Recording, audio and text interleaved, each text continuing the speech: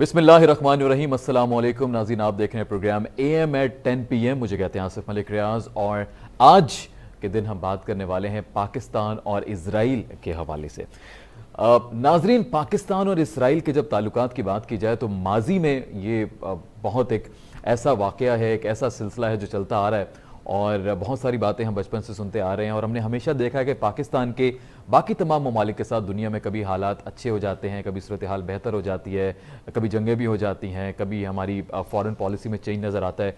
लेकिन इसराइल के हवाले से हमेशा से हमारी एक ही पॉलिसी रही है कि पाकिस्तान इसराइल को कभी तस्लीम नहीं करेगा। यही बात हमने शुरू से देखी है और आज भी पाकिस्तान इसी रट पर कायम है कि कभी भी इसराइल के साथ ताल्लुकात हमारे उस्तवार नहीं होने वाले। लेकिन इजराइल के एक न्यूज़पेपर ने कुछ रोज़ कबल ये खबर शाया की जिसके अंदर कहा गया कि इन नवंबर इमरान खान साहब के जो साथी हैं, उनके जो मुशीर हैं जुल्फी बुखारी साहब, क्योंकि वो लंदन में होते हैं, लंदन का वीज़ा उनके पास है, लंदन की शहरियत भी रखते हैं, तो वो वहाँ से उसका फ़ायदा उठाते हुए इजराइल गए, तल अवीव जो कि कैपिटल है इजराइल का, और वहाँ पे मोसाद के जो चीफ हैं उनसे उनकी मुलाकात हुई और नवंबर 2020 में ये सिलसिला रहा।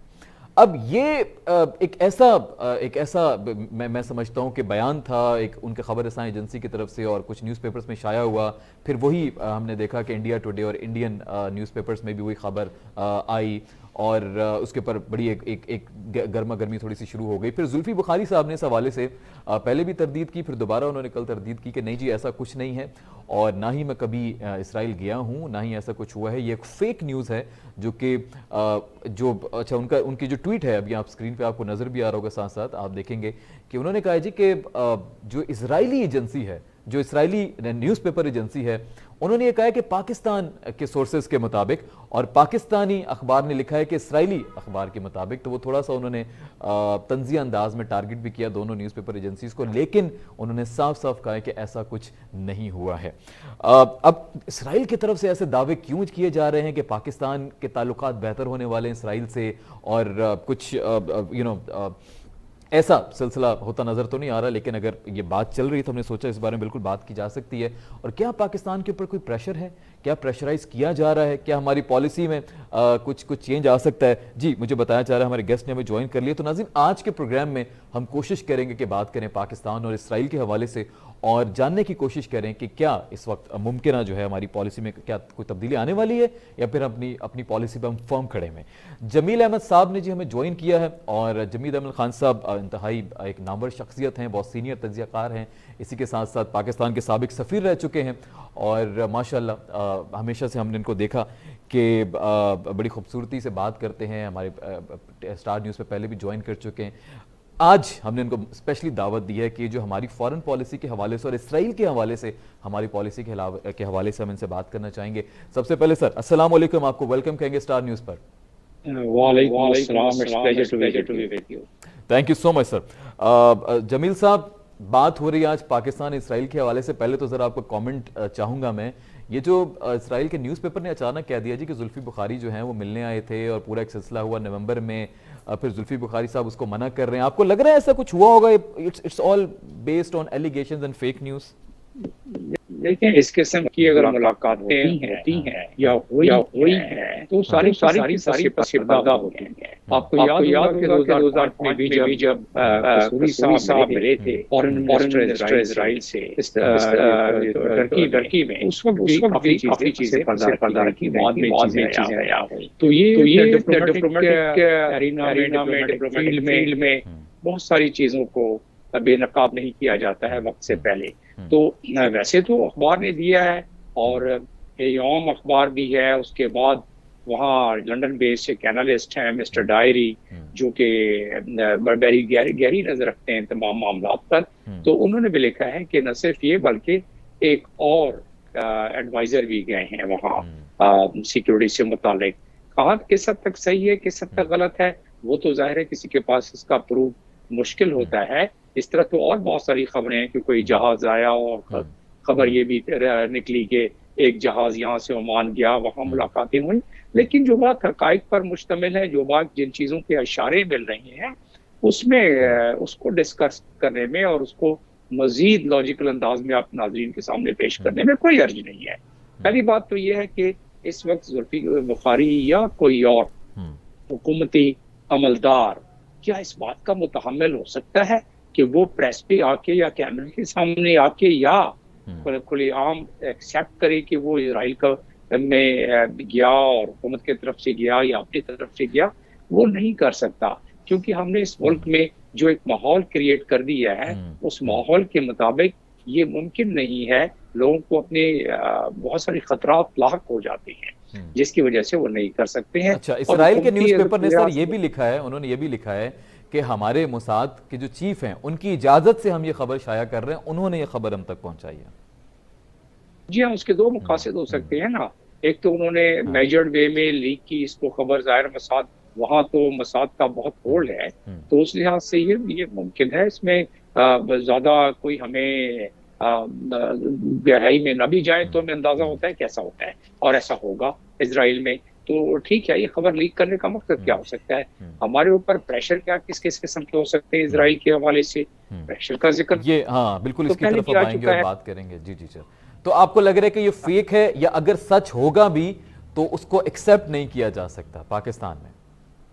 कि अगर ऐसा हुआ भी है तो उसको एक्सेप्ट नहीं, उसको एक्सेप्ट कर नहीं सकता, मुतहम्मिल नहीं हो सकता लिहाज से, या अगर ऐसा है भी तो। और दूसरी बात ये है कि हमारे सर पर तो बहुत सारे बादल, खतरात के बादल मंडला रहे हैं। आप देखें कि इसराइल इसमें बहुत सारे शवाहिद मौजूद हैं कि इसराइली इंडियंस के साथ इंडिया को कितना मजबूत और मुस्तहकम कर रहे हैं। न सिर्फ इसराइल बल्कि यूएस भी। और वो जाहिर है इंडिया पाकिस्तान का दुश्मन है, और इंडिया कश्मीर में जो कर रहा है और कश्मीर से पाकिस्तान के खिलाफ जो बातें कर रहा है और जो ऑपरेशन कर सकता है उसको भी देखा जाए तो वो हमारे फायदे में तो नहीं है कि इजरायली एडवाइजर्स कश्मीर में बैठे हों और इजरायली एडवाइजर्स को कश्मीर में न बैठने के लिए या उनको इस बात पर मजबूर करने के लिए कि जैसे हम आपके खिलाफ कोई अपनी ताकत इस्तेमाल नहीं करते, सिर्फ रिकग्नाइज नहीं करते, वो उसूली मौक़िफ़ है। रिकग्नाइज नहीं करने का हमने कभी इजराइल को हमने एजिया के जमाने में ये इंदिया दिया था कि हमारी जो न्यूक्लियर डिवाइस है या न्यूक्लियर कैपेबिलिटी है वो इजराइल के खिलाफ बिल्कुल नहीं है, क्योंकि हम तो अपनी डिफेंस में खास तौर पे हमारा सबसे बड़ा दुश्मन इंडिया है, उसके हवाले से हमने अपने डिफेंस में रखा हुआ है ताकि हमें बार बार जंगें न लड़ना पड़े, जिस तरह 5 जंगें लड़ चुके थे। Balance of power in the region, जी, बैलेंस ऑफ पावर के लिए। और क्योंकि इजराइल को ये यकीन दिलाया गया है हमारी तरफ से, राइटली सो कीजिए, हमारी इजराइल से कोई ऐसी दुश्मनी तो है नहीं कि हम कोई वेपन इजराइल के खिलाफ इस्तेमाल करें। तो इजराइल क्यों हमारे बाउंड्री के साथ, हमारे बॉर्डर के साथ आके बैठ के इंडिया को एडवाइस कर रहा है? तो उसके लिए कोई ना कोई तो एंगेजमेंट होनी चाहिए, और वो एंगेजमेंट मैं समझता हूँ कि शायद अगर हुई है तो इन तकाज़ों को पूरा करने के लिए कि इंडिया को जिस तरीके से मजबूत किया जा रहा है इजराइल की तरफ से, अगर इजराइल इस चीज का एहतमाल हो इंडिया के साथ तो पुराने ताल्लुकात हैं, 25 साल सिल्वर जुबली भी ऑलमोस्ट मनाई जा चुकी है। अब तो इसराइल और इंडिया के ताल्लुकात को 25 साल हो चुके हैं, बड़ा स्ट्रॉन्ग रिलेशनशिप है दोनों ममालिक का। मुझे सर ये बताएं कि ये अचानक से हमने जी प्लीज आप बात कीजिए। जी, मैं ये कह रहा हूँ कि इस वक्त हमारे लिए सबसे ज्यादा मॉरल प्रेशर और डिप्लोमेटिक प्रेशर और वाकई जो है बरादराना प्रेशर वो है कि यूएई और सऊदी अरब के हवाले से, क्योंकि उन्होंने एक्सेप्ट कर लिया है, इजराइल को मान लिया है। और उनकी मंशा, मैं खुद वहाँ सफीर रहा हूँ, तो वो उनकी मंशा यही होगी कि पाकिस्तान भी हमारी तरीके से इजराइल के साथ इसको हम डिटेल में डिस्कस करेंगे। पूरा जो मिडिल ईस्ट है, सऊदी है, पूरे इनके टाइज इजराइल के साथ हम डिस्कस करेंगे। फिलहाल हमें ज्वाइन किया है नदीम रजा साहब ने, सीनियर एनालिस्ट हैं, बहुत नामवर शख्सियत है माशाल्लाह। सर बहुत शुक्रिया, आपने भी आज ज्वाइन किया, और पहले भी आप एक दफ़ा प्रोग्राम में शमूलियत इख्तियार कर चुके हैं, हमेशा बाइस मसरत होती है सर आपकी आमद। नदीम रजा साहब अस्सलाम वालेकुम sir, welcome to Star News. वालेकुम सलाम, बहुत शुक्रिया सर। आज बात हो रही है इसराइल के हवाले से, खबर आपके बिल्कुल नज़रों के सामने से गुजरी भी होगी और आप बड़ी ऑफ कोर्स गहरी निगाह भी रखते हैं इंटरनेशनल मामलात के ऊपर भी, कि जुल्फी बुखारी साहब ने तरदीद की है, कहा गया जी वो गए थे नवंबर में, मिले हैं मोसाद की चीफ से और तमाम तर चीज़ें। सर पाकिस्तान और इसराइल का इस वक्त करंटली मैं इस वक्त के हिसाब से, हमने कल भी बात की थी, कल के प्रोग्राम में बात कर रहे थे, चीन और अमेरिका में से हमें ऑफ कोर्स किसकी तरफ अब रुख हमारी फॉरेन पॉलिसी का बदलना चाहिए। सर ये एक बड़ा कठिन इस वक्त है। इस वक्त अमेरिका में आपको पता है हुकूमत के बदलाव के बाद बड़ा एक पाकिस्तान को प्रेशराइज किया गया। अमेरिका इस खत्ते से जा रहा है लेकिन उसके बावजूद अपनी टांगें यहाँ पे वो रखना चाहता है शिकंजे में इस पूरे रीजन को। इसी दौरान सर इसराइल जो है वो इस तरह की खबरें चलाता है कि जी हमारे ताल्लुकात बेहतर हो रहे हैं पाकिस्तान से वफद आकर मिल रहे हैं। 2 एडवाइजर्स के बारे में कहा गया, जबकि अभी मुझे ये अपडेट दी है सर ने कि ये इस तरह की खबरें सर क्यों आ रही हैं इसराइल की तरफ से? क्या वो बहुत ज्यादा मतलब चाह रहे हैं कि पाकिस्तान के साथ ताल्लुकात बनने चाहिए उनके, और इसमें इसराइल का सर मफाद क्या होगा अगर ताल्लुकात हमारे बेहतर हो जाते हैं? देखें, आपने कई जहतों पर मुश्किल आपका सवाल है कि एक तो ये सवाल है कि अमेरिका खित्ते से जा रहा है। जी अमेरिका, ये आप बिल्कुल क्लियर कर लें कि अमेरिका खित्ते से कहीं नहीं जा रहा, क्योंकि जब एक दफा कहीं आ जाते हैं तो वापस नहीं जाते। फिर वहां पे उनके जो होते हैं ना कॉन्ट्रैक्टर, वो वहां पर मौजूद होते हैं, या उसको सहूलतकार कह दें, वो वहां मौजूद होते हैं। वो उसने कहीं नहीं जाना, वो यहीं रहना है। वो ऑलरेडी कह चुके हैं 650 जो उनके फौजी रहेंगे यहाँ पे, वो हिफाजत वहां पे रहेंगे, जो डिप्लोमेट्स हैं उनकी सिक्योरिटी के लिए। अच्छा, फिर जो बात हो रही थी, जो मौसूफ कह रहे थे कि सऊदी अरब ने और यूएई ने एक्सेप्ट कर लिया, नहीं, यूएई ने किया, सऊदी अरब ने एक्सेप्ट नहीं किया। हाँ, लेकिन जो न्यून में जो उसका जो सनती शहर एक बना रहे हैं न्यून, जो इजराइल के साथ ही ये वाक़ है, तो वहां पे जो इनके साबिक इसराइली वज़ीर-ए-आज़म नेतन्याहू की और MBS की मुलाकात हुई थी, जब तैयारा आया था, जिसको बाद में उसको नफी की गई थी कि ऐसी कोई मुलाकात नहीं हुई। अच्छा, उसी से जुड़ी है, उसी तरह से जुड़ी है जुल्फ़ी बुखारी वाली खबर भी। तो जुल्फ़ी बुखारी का भी कहा जा रहा है कि तरदीद की जारी नहीं है, जबकि हम देखते हैं कि नवाज शरीफ दौर में उनके वहां से गए थे, लाहौर से गए थे, कुछ कोशिशें हुई थी। हाँ, कुछ कोशिशें हुई थी पहले माजी में, कुछ नहीं हुई, बहुत हुई हैं, अच्छी खासी हुई हैं, लेकिन कोई करामत साबित नहीं हुई और हो भी नहीं सकती। नहीं, करामात तो देखिए, करामात तो उसी सूरत हुई ना कि मुलाकातें हो रही हैं। इसका मतलब है देखिए, जब भी इस तरह की चीजें होती हैं, जो बर्फ पिघलती है या जो एक दूसरे अज़ली दुश्मन हो या नजरियाती इख्तिलाफ हो, तो उनको माइल करने में वक्त दरकार होता है। जिस तरह से कसूरी साहब थे, उनकी भी मुलाकात की तस्वीरें हमारे सामने हैं। मुशर्रफ दौर में इसको ज्यादा वो अहमियत दी गई, बातचीतें होती रही हैं सारी की सारी। देखिए, वो बात है, कबाहत क्या है, आपने कहा ना मसला क्या है उसके साथ। देखिए, एक नजरियाती मसला है, एक फिक़ही मसला है कि वो गासिब है, जैसे हमारा कश्मीर का मसला है। ये दोनों एक साथ हैं, ये रिलेट करते हैं, दोनों को तकरीबन इतना ही वक्त हो गया है। ये 47 है और वो 48 है। अच्छा, दोनों में ममासलत क्या है? दोनों को ब्रिटिश ने जन्म दिया है इश्यूज को, और इन्होंने इस तरह का ये खंजर घोंपा है मुसलमानों के पुश्त के अंदर या सीने के ऊपर, जो हर वक्त उसमें से खून रिश्ता रहता है।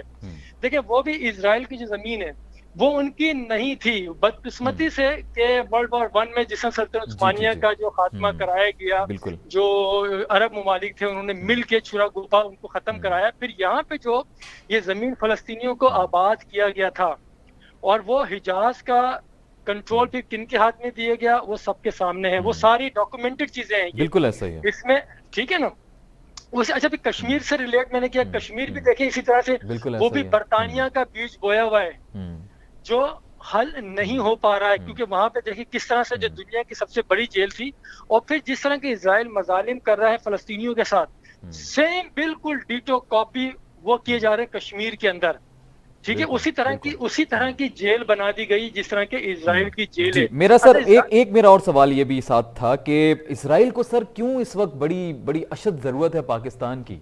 ऐसी खबरें क्यों आ रही हैं उनकी तरफ से? नहीं, देखें, आप देखें अशद जरूरत इजराइल को क्यों है, आप ये भी देखें ना, उसके जो यानी कि जो अरब ममालिक थे, ऑलमोस्ट उनके साथ उसके ताल्लुकात थे। अगर आपकी नजरों से गुजरा पिछले दिनों का स्टेटमेंट, इनके इजराइल के मिनिस्टर का स्टेटमेंट था, उन्होंने एशिया के जो ममालिक हैं, बिलखुसूस इंडोनेशिया, मलेशिया और ब्रुनाई, इनको ऑफर की थी कि वो आए, क्योंकि ये तीनों मुल्कों ने यूएन के अंदर जब फलस्तीनियों पर जुल्म किया था पिछले दिनों, जो 11 रोजा जो जंग मुसल्लत की थी ना, तो उन्होंने ये कहा था कि अरब मुल्क तो सब खामोश रहे थे, बशमोल सऊदी अरब, यूएई, बहरीन, ये तमाम ममालिक खामोश रहते, कोई खबरें भी नहीं दे रहे थे। खबरें दे रहे थे तो नेतन्याहू की वर्जन देते थे।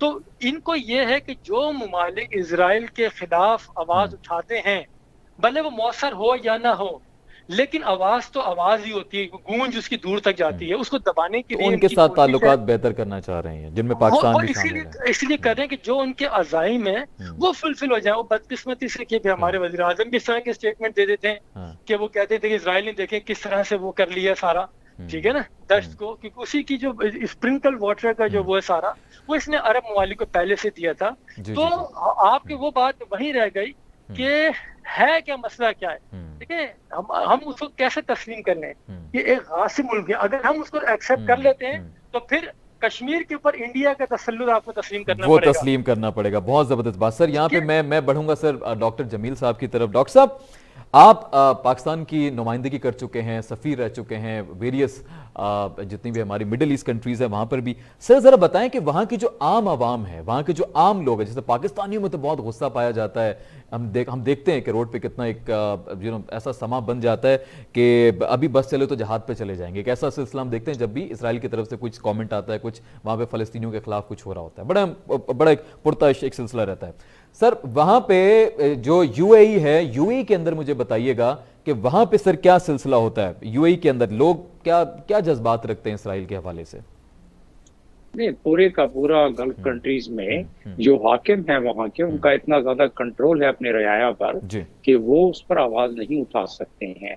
जहाँ आवाज उठाने की कोशिश की गई वहाँ उनको कुचल दिया गया। तो उस लिहाज से वो वहाँ की हाकिम जो है वो एक तबका है और वहाँ की रियाया जो है वो दूसरा तबका है। और इसीलिए वहाँ इन ममालिक में अपनी रियाया को कंट्रोल करने के लिए उन्होंने बहुत सारी कुव्वतों को जमा किया हुआ है। अपने सहराहों में भी उन्होंने फोर्स रखी हुई है। इसमें मजीद तफसील में मैं समझता हूँ कि टॉपिक से हट जाएगी बात, लेकिन ये है कि ये दुरुस्त है कि उनकी आवाम अजमत साहब को लेता हूं लाइन पे। अस्सलाम वालेकुम अजमत साहब, बहुत शुक्रिया सर, प्लीज हमारे साथ रहिएगा। मैं आपकी तरफ आता हूं, वेलकम करते हैं आपको स्टार न्यूज पे। जी सर प्लीज आप कंटिन्यू कीजिए। जी, मैं ये कह रहा हूं कि वहाँ के अवाम जो है उनकी अक्कासी, उनके जज्बात की अक्कासी जो है वो बेसिकली जब वो आपस में बैठते हैं या जब हमारे साथ बैठते थे तो वो कश्मीर का भी जिक्र करते थे और वो पैलेस्टीन का भी जिक्र, उनके पैलेस्टीन के साथ भी बड़ी हमदर्दियां हैं। लेकिन अगर आप ऑफिशियली देखें तो जब तल अवीव से जब दारुल खिलाफा शिफ्ट हो रहा था यरूशलेम में, तो उस वक्त भी किसी भी गल्फ कंट्री ने जो मुस्तहकम तरीके से कोई खास एतराज नहीं किया, बल्कि यहाँ तक हुआ जो इशारे मिले कि जब इस्तांबुल में सरबराहान की मीटिंग OIC की हुई, उनके आर्टिकल 9 के तहत, आर्टिकल 8 के तहत OIC के, तो उस वक्त उनके जो सीनियर हायरार्की यानी वो हेड ऑफ स्टेट की मीटिंग थी, जबकि उन्होंने फॉरेन सेक्रेटरी लेवल का आदमी उसमें भेज दिया। इसी तरह बाकी ममालिक जो गल्फ कंट्रीज के थे, बल्कि सुनने में ये भी आया कि उन्होंने बाकी जो ममालिक गल्फ कंट्रीज के या उनके जो जेर असर इन्फ्लुएंस ममालिक हैं उनको कहा कि जी आप भी इस पे ज्यादा शोर मत मचाएं। और इसकी खैर और बहुत सारी स्टोरीज निकली थी, लेकिन तो मेरा कहने का मकसद ये है कि जो बातें हुई खास तौर पर ट्रंप के जमाने में कुशनर के जरिए, और उनके एक सफीर हैं जो कि पिछले 10-12 साल से वहाँ मौजूद हैं, यूसुफ फतैफा साहब वाशिंगटन में, उन सारों के ये कोशिशों से और मेहनत से ये यहाँ तक बात पहुंची कि आज यूएई ने इसको एक्सेप्ट कर लिया। बेसिकली सऊदी अरब इस तमाम मामलात के पीछे मुहर्रिक है, और सऊदी अरब बिल्कुल वो पहले भी कर लेता, लेकिन सर मैं मजीद आपसे बात करूंगा कुछ ईरान के हवाले से और दीगर कुछ खत्ते के हवाले से। अजमत मुजीब साहब ने मैं ज्वाइन किया, ब्रेक पे जाने से पहले मैं एक तो सर को चाहूंगा कि उनका कॉमेंट ले लूँ। सर पाकिस्तान, अजमत मुजीब साहब सर आपकी तरफ आ रहा हूँ। सर अजमत साहब, पाकिस्तान और इसराइल के ताल्लुकात में हम ये देख रहे हैं कि इसराइल की तरफ से खबरें आ रही हैं जी जुल्फी बुखारी मिलने आए थे, मोसाद के चीफ से मिलकर गए हैं, हमें हमारे जो एजेंसी है उसकी इजाज़त से हम ये खबर शाया कर रहे हैं, जुल्फी साहब इसकी तरदीद कर रहे हैं। सर आपको क्या लगता है, मैं आपकी राय जानना चाहूँगा कि इसराइल को क्यों पाकिस्तान से ताल्लुकात बेहतर करने हैं, वो क्यों इस तरह की खबरें शाया करता रहता है? अस्सलाम वालेकुम आसिफ साहब, देखें ये जो खबर आई है इसकी तस्दीक जो है वो जुल्फी बुखारी ने भी पर्सनली कर दी है और पाकिस्तान के मुख्तलिफ ओहदेदारों ने भी कर दी है। अब ये जो है विजिट जो है, जो रेफरेंस दिया जा रहा है कब हुआ है, ये देखें, हम नवंबर दिसंबर की बात है। उसके बाद जो है वो इसराइल ने फ़लस्तीन पे अटैक किया, अभी वॉर हुई जिसमें 250 के करीब फ़लस्तीनी शहीद हुए, 11 इसराइली भी मारे गए। उसके बाद जो है यूएन ने इजलास किया और इमरजेंसी मीटिंग गई, जिसमें हमारे फॉरेन मिनिस्टर जो हैं वो वहाँ गए और उन्होंने CNN को एक इंटरव्यू दिया और उसमें उन्होंने अपना बहुत वाजे जो है ना पाकिस्तान का स्टैंड वहाँ पे क्लियर किया है, जिसकी वजह से इसराइली टीम ने उसको बड़ा कंडेम भी किया था। तो ये जो सिलसिले हैं, मैं कहता हूँ कि ये एक प्रोपेगेंडा है इसराइल की तरफ से। और जो एक अभी वज़ीर आज़म पाकिस्तान का जो इंटरव्यू हुआ है, और ये एब्सोल्युटली नॉट का वन ऑफ द रिएक्शंस हैं, जैसे कि पाकिस्तान के ऊपर ये एक्सपेक्टेड था कि फॉरेन प्रेशर डाला जाएगा या पाकिस्तान को किसी और मसलों में उलझाया जाएगा। तो इसमें कोई सदाकत नहीं है इस न्यूज़ के अंदर। आप कह रहे हैं सदाकत नहीं है। जमील साहब ने बड़ी प्यारी बात की है। जमील साहब ने कहा था कि अगर इसमें सदाकत होती भी तो भी तरदीद ही आनी थी, हम इसके मुतहम्मिल नहीं हो सकते। इस बात को देखिए, पाकिस्तानी वज़ीर आज़म ने ये जब से उन्होंने ओहदा संभाला है, मुख्तलिफ प्लेटफॉर्म के ऊपर बहुत क्लियर, बहुत वादे पाकिस्तान का स्टैंड दिया है इसराइल के बारे में कि पाकिस्तान कभी सपोर्ट नहीं करेगा और पाकिस्तान जो है वो बड़ा सख्त मुखालिफ है ह्यूमन राइट्स की वॉयलेशन जहाँ पे भी होती है। और जो इसराइल का जो एक इलीगल जो कैप्चर उसने किया हुआ है वो एरिया, उसको कभी पाकिस्तान तस्लीम नहीं करेगा। ये इसके अंदर पाकिस्तानी फौज और पाकिस्तानी हुकूमत का ये वाज़ेह स्टैंड इसके ऊपर है और रहेगा। सर आप मेरे पास 2 मिनट है सर, एक सवाल मैं आपसे और करना चाहूंगा। सर यूएई ने हमने देखा कि एक्सेप्ट किया और पूरी गल्फ कंट्रीज में हमने देखा एक नरम लहजा, एक नरमी जो है वो इसराइल के लिए देखी गई, जबकि जो पैलेस्टीनियंस हैं, जो फ़लस्तीनी हैं, वो उनके अपने हैं, वो भी उनकी अपनी अरबिक स्टेट्स में काउंट होते हैं। तो सर यूएई के इस स्टेप को आप क्या देख रहे हैं? उनका मफाद किस चीज़ में आपको नजर आया? उनके ऊपर भी कोई प्रेशर था या कुछ और मफाद आपको नजर आ रहा है यूएई की तरफ से खास तौर पर? ये मुझसे पूछना? जी आपसे अजमत साहब। देखिए, पाकिस्तान और यूएई को अगर आप कंपेयर करेंगे, बल्कि पूरी इस्लामी दुनिया को कंपेयर करेंगे, तो उसका कोई कंपैरिजन नहीं है। पाकिस्तान एक एटॉमिक पावर है, ठीक है, और पूरी मुस्लिम दुनिया के अंदर पाकिस्तान वो वाहिद मुल्क है जिसके पास एटॉमिक पावर है। और वो इसी वजह से जो है वो इसराइल का कोई प्रेशर भी तस्लीम नहीं करेगा। बाकी सर यूएई का बताएं, यूएई का क्यों लग रहा है कि यूएई प्रेशर में आ गया था, या वैसे ही उन्होंने कहा जी ठीक है भाईचारा कर लेते हैं, आज के बाद आप दोस्त हम क्या चल यूएई में क्या चल रहा है? देखिए, ये हर कंट्री के अपने मफादात शामिल हैं। अच्छा, मफादात हो सकते हैं। उसकी फॉरेन पॉलिसी क्या बनाई गई है और उसकी अपनी फॉरेन पॉलिसी पे डिपेंड करता है कि हर मुल्क जिस तरह से जो है वो अपनी फॉरेन पॉलिसी को लेके चल रहा है और उसको तस्लीम कर रहा है और किस लेवल के ऊपर जा रहा है, इसके पीछे जो मकासद हैं, तो वो जो आहिस्ता आहिस्ता सामने आ रहे हैं हर मुल्क के। लेकिन जहां तक पाकिस्तान का ताल्लुक है, पाकिस्तान का अपना एक स्टैंड है, उसकी अपनी फॉरेन पॉलिसी है और जी उसका अपना मैं सर बिल्कुल। नाज़रीन, इस वक्त मुझे ब्रेक पर जाना है। ब्रेक से वापस आने के बाद हम मजीद कुछ पॉइंट्स हैं जिन पर हम बात करेंगे। तमाम मुअज़्ज़िज़ मेहमान हमारे साथ मौजूद रहेंगे। बस छोटा सा ब्रेक है जी, वापस आने के बाद यहीं से हम आगाज़ करेंगे बात का। पाकिस्तान क्या कोई प्रेशर है इस वक्त जो हमें बताया नहीं जा रहा? क्या अमेरिका प्रेशर डाल रहा है? क्या हमारी फॉरेन पॉलिसी में कोई तब्दीली आने वाली है? कुछ लग रहा है? ये अपने मुअज़्ज़िज़ मेहमानों से बिल्कुल हम जानेंगे, लेकिन वक्त हो जाता है एक ब्रेक का। ब्रेक से वापस आने के बाद गुफ्तगू का आगाज़ होगा। कहीं मत जाइएगा, देखते रहिए स्टार न्यूज़।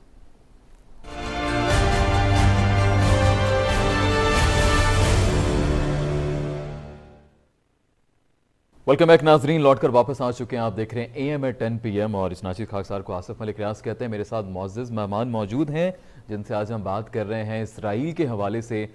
थोड़ी सी अब बात करेंगे पाकिस्तान की फॉरेन पॉलिसी के हवाले से भी, और क्या पाकिस्तान के ऊपर कोई प्रेशर डाला जा रहा है। जी नदीम रज़ा साहब, अस्सलाम वालेकुम सर, वंस अगेन आप हमारे साथ हैं। सर आपकी तरफ मैं आना चाहूँगा पहला सवाल लेकर। सर जी क्या जी सर, मैंने आपको कहा है कि आपको बहुत शुक्रिया, आपने इंतजार किया। पहला सवाल मैं आपकी तरफ लेकर आना चाहूँगा सर अभी।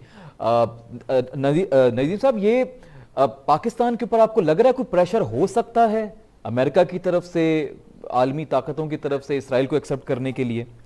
देखें, प्रेशर तो है ना कि अरब ममालिक जिस तेजी के साथ वहाँ पे सरेंडर होते जा रहे हैं। यूएई के अंदर सिफारतखाना बाकायदा तौर पे खुल गया है। जी गो के ये आज से नहीं, इजरायली यहाँ विजिट कर रहे थे। ये तो 2000 2003 से ही इनका सिलसिला यहाँ पे चल रहा था। हेल्थ सेक्टर में सारा कुछ हॉस्पिटल में इन्हीं के सामान हुआ करता था। अच्छा। तो अभी देखें, अभी सऊदी के वजीर खारजा भी पाकिस्तान का दौरा करने वाले हैं अनकरीब।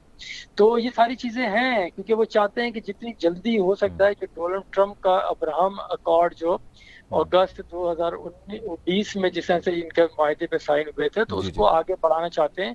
वो अरब ममालिक से, अब ये एशिया के जो मुसलमान ममालिक हैं जहाँ पे बहुत ज्यादा शोर होता है, क्योंकि ब्रेक से पहले आप पूछ रहे थे कि अरब ममालिक में भी क्या अवाम उसी तरह से देखते हैं। प्लीज पे थोड़ी रोशनी डालिए आप। जी जी देखें, ऐसा हरगिज नहीं है। अवाम के दिल जो है वो फलस्तीनियों के साथ और कश्मीरियों के साथ धड़कते हैं। वो बिल्कुल बजाफ कहते हैं अपनी निजी महफिलों में या सोशल मीडिया के ऊपर अगर आप देखें वो किस तरह से ट्रेंड चलाए जा रहे होते हैं फलस्तीन की हिमायत में। लेकिन सरकार इतनी सख्त है, बादशाहत कहूंगा मैं, गवर्नमेंट नहीं, बादशाहत है। वो किसी को सड़कों पे निकलने का मौका भी देते, वो बाहर निकलने नहीं देते। ये प्रोटेस्ट का तो पाकिस्तान में यहाँ पे तो हर कोई जिसका बस चलता है बाहर निकल के सड़कें बंद कर देता है। यहाँ पे जमहूरियत है, भारत जैसी भी है जमहूरियत है, बाहर बादशाहत है, आमरीयत है, वो किसी को निकलने नहीं देते। और उन्होंने अपने आवाम को आसाइशें इतनी ज्यादा दी हुई है कि वो उस तरफ जाते ही नहीं, उनका जहन नहीं जाता। क्योंकि वो मफरूज उनके मुल्क में देखें जितनी चीजें परफ्यूम से लेके उनके कपड़े तक सारे वो यूरोप से ही आते हैं, सारे ब्रांडेड अशिया सारी वहीं की चीजें होती है। तो वो कैसे उसके बाहर निकल सकते हैं। अब अरब ममालिक के बच्चे जो है इजराइल यूनिवर्सिटियों के अंदर पढ़ने के लिए जा रहे हैं। फिर आप ये भी देखें, अबू धाबी के शेर जो इजराइल का फुटबॉल का वो क्लब उठाते हैं कि जो तबाह हाल था, तबाही के दाने पे खड़ा हो गया था, तो उसके शेयर आप खरीद लेते हैं। ये वो क्लब था कि जिसमें इंतहा पसंदी का इल्जाम था, नस्ल परस्ती का, जिसमें एक भी अरब इसराइली उनकी फुटबॉल की टीम में शामिल नहीं था। तो उन्हें अरब ममालिक जाके खरीदते हैं। तो ये हमारा दोहरा मयार है। हम उनके वो खित्ता है जिस छोटा सा टुकड़ा था तो गैर कानूनी कब्जा किया, वो फैलते फैलते देखे पूरी दुनिया में फैलता जा रहा है। और जो अपना फलस्तीनियों की जो गजा पे या मगरबी किनारे पे जो उनकी नाकाबंदी कौन कर रहा है, वो इजिप्ट के जरिए और जॉर्डन के जरिए कराई जा रही है सारी। तो हम तो इससे काम माल की सूरत में मौजूद है और वो ईरान का खौफ बेच रहा है। ये जो इजराइल बुनियादी तौर पे अरब ममालिक को ईरान का खौफ बेच रहा है कि उनको खौफ बेचेगा तो उसका असला इनको बिकेगा। और अगर आप देखें यूएई और इजराइल के दरमियान जो ट्रेड है बहुत, उसका वॉल्यूम ठीक ठाक वॉल्यूम है। अच्छा, उसका बिल्कुल ऐसा ही है। 25 से 30 अरब डॉलर का उनका वॉल्यूम है। तो वो कहाँ से जंग लड़ेंगे? ये पहला अमेरिका वो कर रहा था, अब इजराइल को इन्होंने इस खित्ते के अंदर छोड़ दिया है कि वो अरब ममालिक को अपने साथ मिलाए ताकि जो दीगर एशिया के मुसलमान ममालिक हैं जहाँ पे गुर्बत है, अफलास है, उनको तिजारत का और टेक्नोलॉजी का वो बहाना जवाब फराम करके उनको ये दे के उन्हें खरीद लिया जाए ताकि वो भी जमीर फरोश हो जाए, फलस्तीनियों के हक में आवाज ना उठाएं। अगर हमने आज फलस्तीनियों के हक में आवाज बुलंद करना छोड़ दी तो कल तो कश्मीर को भी हम भूल जाएंगे, क्योंकि अभी भी हम किस तरह से देखें ना कश्मीर कहाँ पहुंच गया है। बिल्कुल ऐसा ही है। उसकी कई आवाज उठाई जा रही है। तो यही सिलसिला यहाँ का भी है, क्योंकि देखें वो मुसलमान नहीं, उसकी इबादत कबूल नहीं है कि जब वो सोए तो उसको उनके दुख दर्द का एहसास ना हो। मुसलमानों का जो दिगर ममालिक में उनके साथ जुल्म रखा जा रहा है, लेकिन हमारे यहाँ तो एक दूसरे को मारने के लिए कोई एक जवाब से तलाश किया जाता है कि मुसलमान को मारता है, लेकिन वो जब वहाँ फलस्तीनियों के पाया जा रहा है उस पर वो खामोश होते हैं। बस एक यानी कि बस एक जवाब एक टटोला जाता है कि तो वहां पर हो रहा, हम यहाँ पे क्यों एहतजाज करें। तो 12 ही सिलसिला चल रहा है और ये प्रेशर टैक्टिक्स है। अभी जो पाकिस्तान हो रहा है वो एक राह हमवार की जा रही है। कुछ कहना कब वक्त होगा, लेकिन बहरहाल अगर यही सूरत-ए-हाल रही, हम इसी तरह से बैक फुट पे खेलते रहे तो वक्त दूर नहीं है कि फिर वो स्वैप चीजें हो जाएंगी। फिर मतलब आपको लग रहा है कि अगर हमने अभी इन हालात का सही से मुकाबला नहीं किया और नहीं संभले तो कभी ऐसा वक्त आ सकता है पाकिस्तान पे कि हम प्रेशराइज हो जाएं, ऐसा मुमकिन है? आप देखिए, बांग्लादेश ने अपने पासपोर्ट से उसमें रिस्ट्रिक्शन लिखी, जैसे पाकिस्तान हमारे पासपोर्ट के ऊपर है कि एक्सेप्ट इजराइल। ठीक है, पहले एक जमाने साउथ अफ्रीका भी हुआ करता था, लेकिन सिर्फ एक्सेप्ट इजराइल है। तो बांग्लादेश ने अपने पासपोर्ट से ये लफ्ज मिटा दिया है। बिल्कुल, ये भी रिसेंट छूट दे दी है। बिल्कुल ऐसा ही है, बिल्कुल ये राह हमारे के जा रही है। ठीक है, बिल्कुल। जमील साहब, सर मैं आपकी तरफ आना चाहूँगा। जमील साहब, मुझे बताइए कि आप पाकिस्तान से बाहर, एज़ मैंने पहले भी जिक्र किया कि आप सफ़ीर रह चुके हैं, नुमाइंदगी कर चुके हैं पाकिस्तान की। सर ज़रा बताएं कि हमारी जो फ़ॉरेन पॉलिसी है, जिस तरह जिक्र किया अज़मत मुजीब साहब ने कि एक इंटरनेशनल न्यूज़ एजेंसी को से बात करते हुए शाह महमूद कुरैशी साहब ने बड़ा क्लियर दो अल्फाज में कहा कि इजराइल के हवाले से, उनके मीडिया के हवाले से और तमाम तर चीज़ें। अब आप ये बताइएगा कि पाकिस्तान की फॉरेन पॉलिसी सही है या उसमें मजीद कुछ हमें तब्दीली लाने की ज़रूरत है इस वक्त इसराइल के हवाले से? फॉरेन पॉलिसी तो दुनिया और बैनुल अक़वामी और इलाकाई और अपने घरेलू जो हालात होते हैं उसके मुताबिक उसका तयन और उसकी एडजस्टमेंट और ये एडजस्टमेंट होती जाती है। एडजस्टमेंट होने वाली है, हो सकती है या होनी चाहिए, जिसमें बहुत सारे परमानेंट फीचर्स हैं। वो जैसे कि कश्मीर है, कश्मीर हमारे फॉरेन पॉलिसी का कॉर्नर इशू है। इसी तरीके से फ़लस्तीन है, वो भी हमारे फॉरेन पॉलिसी का कॉर्नर इशू है। उसके साथ ऑटोमेटिकली इजराइल की बात आ जाती है। तो लिहाजा उस चीज को हम परसू कर रहे हैं, लेकिन जो दुनिया के बदलते हुए हालात और तगय्युरात हैं, और जिसमें अभी जिक्र हुआ, बाकी में आपके पैनलिस्ट ने भी जिक्र किया कि जो इस वक्त मिडल ईस्ट में इजराइल के हवाले से डेवलपमेंट हो रही है, जो कुशनर ने और ट्रंप के जमाने में काम हुआ, जो इससे पहले जब तल अवीव से दारुल खिलाफा शिफ्ट हो रहा था यरूशलेम में, उस वक्त जो अरब ममालिक का और खासतौर पर गल्फ ममालिक का रवैया रहा है, इन तमाम चीजों को देखें और फिर देखें कि आपका इंटरेस्ट गल्फ ममालिक और खासतौर पे सऊदी अरब और यूएई से क्या है। इस वक्त आपकी पहली बात तो यह है कि अपने घर को मजबूती करने के लिए आपको अपनी मईशत को मजबूत करना पड़ेगा। इस वक्त हमारी सूरत हाल ये है कि 43 ट्रिलियन रुपीस का इंटरनल और एक्सटर्नल डेट है, जिसमें से एक्सटर्नल कंपोनेंट आपका 117 बिलियन डॉलर का है। तो हमारी हालात इस मामले में अंदरूनी तौर पर, बाकी जो हालात की आपने बात की है, बिल्कुल सही कहा। ये प्रेशर वाला सवाल भी सर मैं आपकी तरफ करना चाहूंगा, थोड़ा ऐड कीजिएगा। क्या पाकिस्तान के ऊपर प्रेशर है? ये FATF वाला हम देखते हैं, ग्रे लिस्ट में हमारा नाम नहीं निकाला जाता, वर्ल्ड बैंक की तरफ से, फिर अमेरिका की तरफ से भी कुछ ताल्लुकात हमें अच्छे नहीं है हमारे।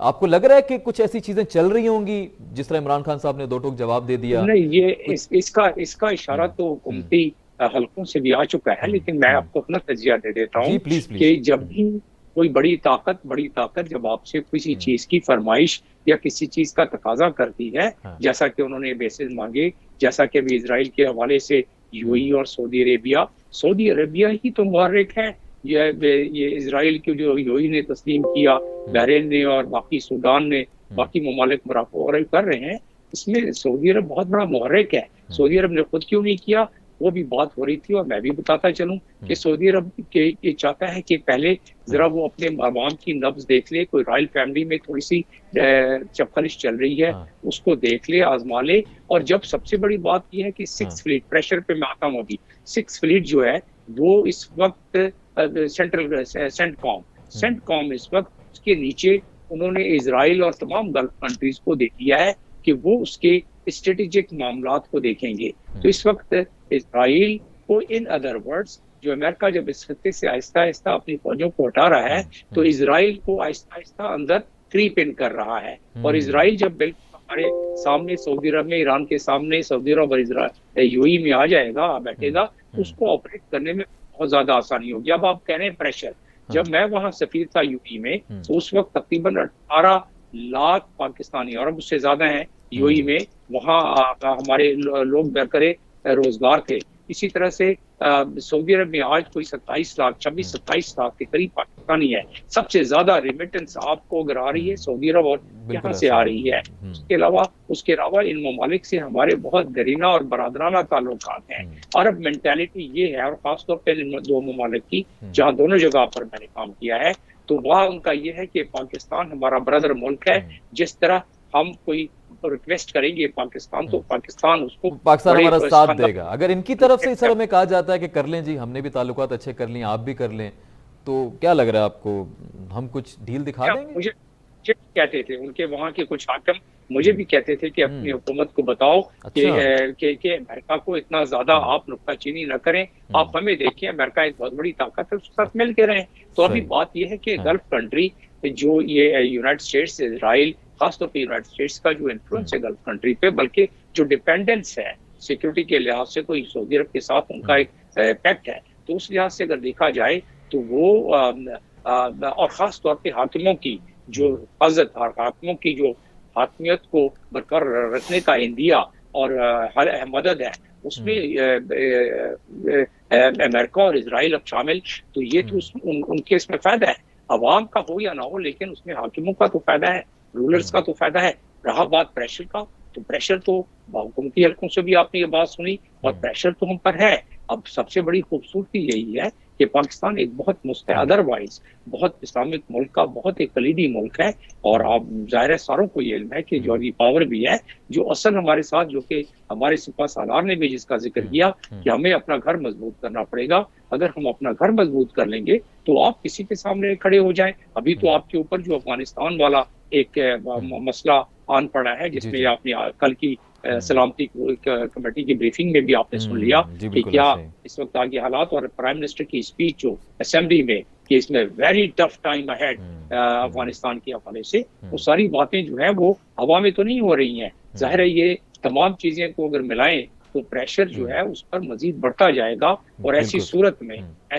में आपके बहुत सारी चीजों को अपने बुनियादी मौके, सिर्फ फलस्तीन का जिस तरह बाकी पैनलिस्ट बता रहे थे कि जो सिक्योरिटी काउंसिल रेजोल्यूशंस हैं फलस्तीन के लिए कि उनको भी आप प्लेबिसाइड दें, उनको भी आप उनकी मर्जी के मुताबिक उनकी, और फिर सबसे बड़ी बात है कैंप डेविड में जो फैसले हुए उससे पहले सिक्योरिटी काउंसिल 2336 जो फलस्तीन के मुकाबले में है, वो मामले में है, जिस तरह तकरीबन 11 के करीब सिक्योरिटी काउंसिल रेजोल्यूशंस है, इंक्लूडिंग सिक्योरिटी काउंसिल रेजोल्यूशन जो 47 नंबर है इसका सिक्योरिटी काउंसिल का, जिसमें कि प्लेबिसाइड का जिक्र किया गया है कश्मीर का, वो तमाम की तमाम चीजें सामने हैं, और वो चीजें नहीं हो रही हैं, और उसको जाहिर है हमारे पर इसको हम तो यही कहते हैं कि अगर आपने फलस्तीन का मामला सेटल कर दें, हमारी आपके साथ क्या मसला है? फलस्तीन का मामला सेटल कर दें तो हमारा कोई मसला नहीं है। मेन हमारा इशू जो है वो यही है।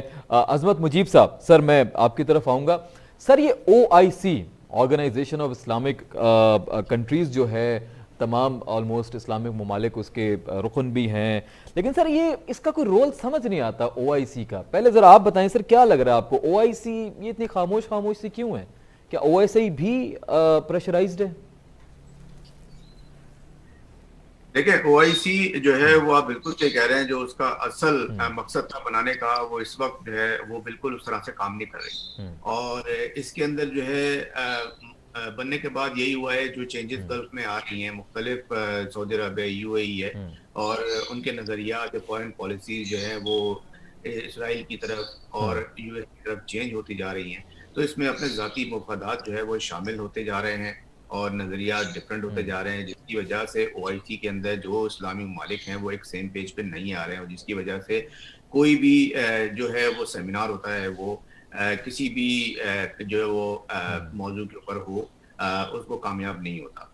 तो OIC जो है वो अपने मकसद से हट गई। इसके अंदर जो है ना वो एक इसको रीइंस्टेट करने की ज़रूरत है, और जिसमें मेरे ख्याल से इस वक्त जो कई ममालिक हैं उस पर काम कर रहे हैं, जिसमें तुर्की है, पाकिस्तान है, इंडोनेशिया है, ये और मलेशिया है, ये सारे लोग जो हैं इसके ऊपर काम करने की बैकग्राउंड में कोशिश कर रहे हैं कि सबको एक सेम पेज पे लाया जाए। सर नदीम रजा साहब, सर बड़ी गहरी निगाह है आपकी इन तमाम मामलात पे। सर एक टर्की और एक ईरान, इन दो ममालिक के हवाले से जरा बात कीजिएगा। नदीम रजा साहब, अच्छा सर नदीम रजा साहब डिस्कनेक्ट हो चुके हैं। जमील साहब, सर ये आप सर प्लीज बताइएगा कि टर्की और ईरान के हवाले से भी कि ये दो ममालिक भी कहीं ना कहीं पाकिस्तान की तरह ही मेरे ख्याल में इनका भी कुछ सिलसिला है, तो आपको लगता है कि वो दोनों ममालिक भी एक स्ट्रॉन्ग सपोर्ट होंगे इसराइल के खिलाफ अगर पाकिस्तान पे प्रेशर आता है? तो ईरान एंड टर्की सर? नहीं, टर्की तो सबसे पहला मुल्क है इस्लामिक ममालिक में, टर्की पहला मुल्क है जिसने के इजराइल को तस्लीम किया उसके बनने के बाद, और हमेशा से इजराइल के साथ उनके सफारती ताल्लुकात रहे हैं, और टर्की तो नेटो का मेंबर भी है। टर्की के इजराइल से हमारी मीटिंगें जो होती रही है, जिस तरह के मैं जिक्र कर रहा था कसूरी साहब की फॉरेन मिनिस्टर की और उनके फॉरेन मिनिस्टर की 2005 में जब हुई है, तो उस वक्त भी इस्तांबुल में टर्की ने फैसिलिटेट किया। सर तो मैं ये कह रहा हूँ, मेरा सर सवाल ये था कि पाकिस्तान के ऊपर अगर प्रेशर आता है तो क्या टर्की हमें सपोर्ट करेगा, या फिर टर्की हमसे भी कहेगा ठीक है जी आप दोस्ती कर लें? अगर हमें यूएई या बाकी तमाम ममालिक से प्रेशराइज किया जाता है हमारी मर्जी के बगैर ये स्टेप लेने अपने का। मफादात है, वो अपने मफादात को छोड़कर हमारी फेवर नहीं करेगा। हाँ, वो मैं नहीं समझता कि वो अपने मफादात को छोड़ के, अभी भी देख लें आप, जब टर्की अभी जा रहा है वहाँ अफगानिस्तान में, वहाँ काबुल का हवाई अड्डे को सिक्योर करने के लिए, तो उसने पाकिस्तान को कहा है कि आप भी हमें असिस्ट करें। वो तो अपने मफाद को देखेगा ना, और उसके अलावा एक और मुल्क को भी कहा है उन्होंने, तो वो तो अपने मफाद को देखेगा, और उसमें हर मुल्क को अपना मफाद देखना चाहिए। हमारे बड़े दरीना और बड़े अच्छे ताल्लुकात हैं टर्की से, बहुत सारे मामलात में हम टर्की को कंसल्ट करते हैं, लेकिन टर्की जब ये मामला आएगा, उनके बड़े दरीना ताल्लुकात हैं इसराइल से, सफारती, ठीक है उन्होंने बड़ी मुखालफत की ओआईसी के प्लेटफॉर्म से, और ओआईसी तो वैसे भी इसलिए टर्की उस ओआईसी में मुतारिक होना चाहता है कि ओआईसी का अपने चार्टर में तो पहले उसके आर्टिकल 1 के सब आर्टिकल 8 में दिया हुआ है फलस्तीन के बारे में कि फलस्तीन के कॉज को ओआईसी जो है वो आगे लेके चलेगा और फलस्तीन को उनका हक दिलाएगा। तो सर ये क्यों नहीं हो पा रहा है? ओआईसी फाल क्यों नहीं हो पा रहा है सर? क्लोजिंग कमेंट्स इसी हवाले से दे दें, ये ओआईसी क्यों नहीं फाल हो पा रहा है? फाल इसलिए नहीं हो पा रहा है, फाल इसलिए नहीं हो पा रहा है कि अगर आप मेरा नॉन डिप्लोमेटिक रिमार्क्स इस पे सुन लें, क्योंकि मैं आजाद शहरी हूँ, तो उसमें इसलिए नहीं करना चाह रहा है कि ओआईसी के जो कलीदी मेंबर हैं वो अमेरिका और खासतौर पे अमेरिकन पॉलिसी को सामने रखते हुए एक इम्प्लीमेंटिंग टूल के तौर पर इस्तेमाल कर रहे हैं ओआईसी, वरना ओआईसी से कश्मीर के मामलात में बहुत हम फायदा ले सकते थे। ओआईसी एक यूनाइटेड नेशन के चैप्टर 8 के तहत बनाया गया है और उसकी एक बहुत बड़ा वजन है यूनाइटेड नेशंस में भी, लेकिन वो ओआईसी में ये तमाम मामलात होने नहीं देते हैं, इसलिए कि उनको इशारा कहीं से आ जाता है, और ऐसे इस मामले में वो उसको कोशिश करते हैं कि हैंडल करें, और ताकि अमेरिका और बाकी जो बड़ी कुव्वतें हैं उनके मफाद को गजन ना पहुंचे। तो इस लिहाज से ओआईसी की अफादियत दिन ब दिन खत्म होती जा रही है। बड़ा बेस्ट हो जाता मेरे ख्याल में कि अगर ओआईसी जैसी एक जमात होती जो कि फ़लस्तीन की भी बात करती, कश्मीर की भी बात करती, मुसलमानों में जहाँ जहाँ जुल्म और ज़्यादती, इस्लामोफोबिया के ऊपर सबसे बड़ी इस वक्त जो जंग चल रही है इस्लामोफोबिया, उस पर बात करती। सो नाज़रीन, यहाँ पे बिल्कुल वक्त जो है वो अब ख़त्म हो चुका है। मैं अपने मुअज़्ज़िज़ जितने भी गेस्ट थे आज उन सबका शुक्रिया अदा करूँगा। नदीम रज़ा साहब, जमील साहब, अज़मत मुजीब साहब, आपका बहुत शुक्रिया। इंशाल्लाह फिर किसी प्रोग्राम में आपको दावत देंगे। नाज़रीन, आज बात की हमने इसराइल के हवाले से, उसकी पॉलिसी के हवाले से। इसराइल और पाकिस्तान ये दो वाहिद ऐसे आइडियोलॉजिकल कंट्रीज कंसिडर किए जाते हैं। पाकिस्तान और इसराइल सिर्फ ये दो ममालिक हैं पूरी दुनिया में जो कि मजहब की बुनियाद पर जिनका क़याम हुआ। अब उस खैर ताल्लुकात हमारे बेहतर नहीं हैं और बेहतर होते नज़र भी नहीं आ रहे, लेकिन बात यह है कि हमें प्रेशराइज तो नहीं किया जाएगा। इसके ऊपर आज हमने बात की और बड़ी डिटेल में गुफ्तगू रही। आज हमने इस हवाले से बात की, इंशाल्लाह मजीद इस हवाले से डेवलपमेंट कुछ होगी। फिलहाल तो तरदीद कर दी गई हुकूमत की तरफ से, कोई ताल्लुकात नहीं हो रहे, कोई कुछ नहीं हो रहा, but let's see what future beholds. आज के लिए नाज़रीन इतना, इंशाल्लाह कल आपसे होगी मुलाकात। अपना बहुत सारा ख्याल रखिए और देखते रहिए स्टार न्यूज़। पाकिस्तान जिंदाबाद। फी अमानिल्लाह।